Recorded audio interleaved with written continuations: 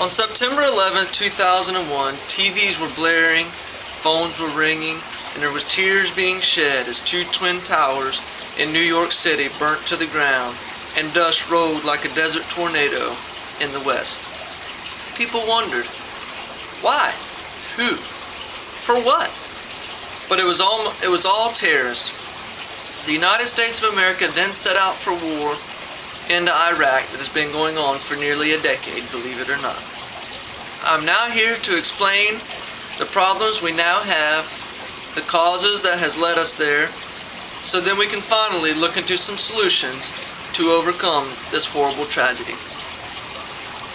To start off with, there are a few major problems with this issue and how big of a worldwide problem it actually is. One is that people over there risking their lives, our troops, our family, our friends. This should be over by now. According to the Global Security website by John Pike, May 19, 2005, there were nearly 160,000 troops serving in Iraq and Afghanistan. Later in 2006, the numbers dropped slightly to 130,000. It's still ridiculous. With 4,366 deaths up to date, I think it's time to be done. Enough is enough.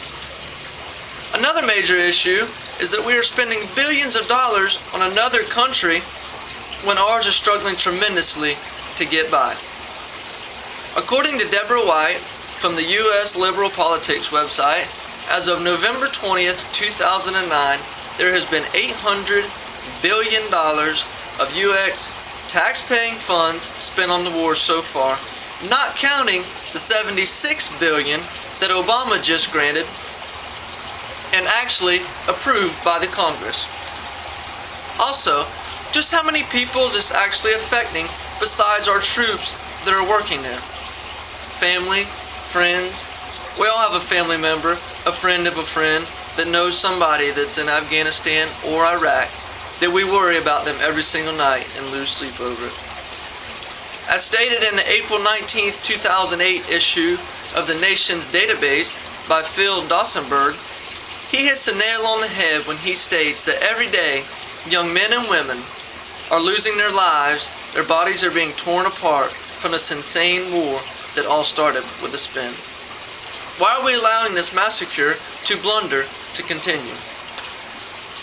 We then move into what I feel that the causes of this horrible tragedy actually is, and what the problem is that has still keep remoting it.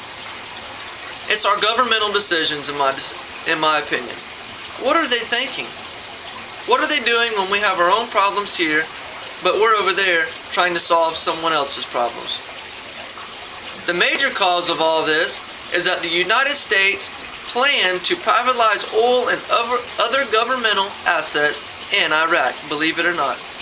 A perfect example, stated at March 12, 2005, the BBC News World Edition by Greg Palast, was that Putnam said, the United States made plans for the war and Iraq's oil before the 9/11 attacks even struck on that horrible day. President Bush came into office in 2001. It was stated that 2 weeks before his presidential election, he was already planning that if he got the election, that he would try to privatize oil and other assets in Iraq. That's pretty sad. Everyone started to think that the 9/11 attacks, they just come and bombed us over no reason. Well, I'm sorry, but if we could worry about our own issues here in the United States, we have our own oil, we have our own gas, we have everything we possibly need to get by. Let's worry about us, not someone else. Well, now that we know the problem and some of the causes, we can finally focus on some solutions to tie the knot on this massacre. My opinion is to put the people in charge in Iraq that can get the job done and bring all of our troops home. We have trained long enough. It's time to be done. We have trained these people for nearly a decade, as mentioned before. They should know how to run their own country by now. They have everything they possibly need. We can't run two countries at once for the rest of our lives. We will never get nowhere. Another solution is to use these weapons that we all talk about day in and day out. As mentioned in the database of the Iraq War by Robert Falk in November 6, 2005, although it's not from 2009, it's still the truth.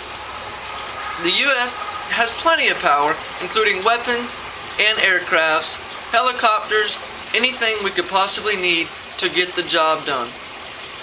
Although it's probably not the most ethical way of doing things, and personally wouldn't be my opinion on to do something, but they did it to us, let's do it to them, get it over with, and be done.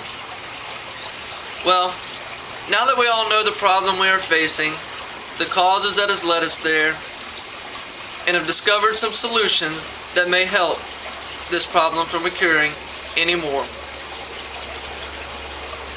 we can now all have a different perspective on the Iraq War and maybe think differently of what this is all about, the problems, the causes, and some solutions, so now we can maybe pull our troops out and everyone come home safe to their families.